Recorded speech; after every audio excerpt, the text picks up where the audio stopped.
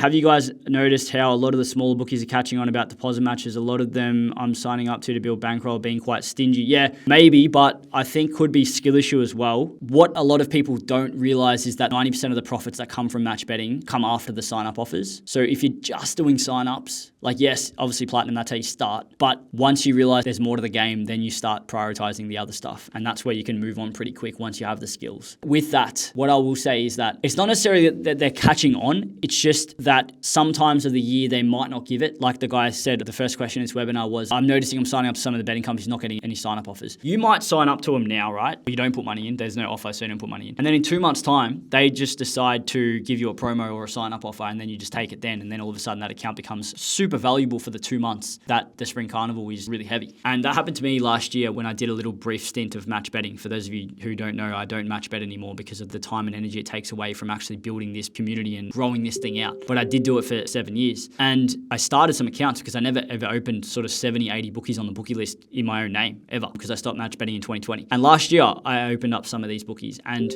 these bookies would have been considered useless. But all of a sudden in the Spring Carnival, they're just hammering me with offers. And some of those bookies still hammer me with offers today, and they will keep doing it. So those bookies weren't valuable potentially in July or August or June, but now they're going to be valuable in September and October and November. So just be wary that it will shift, and not necessarily that they're catching on. It's more so that like it just might not be the market or the time of year for them to be offering crazy promos.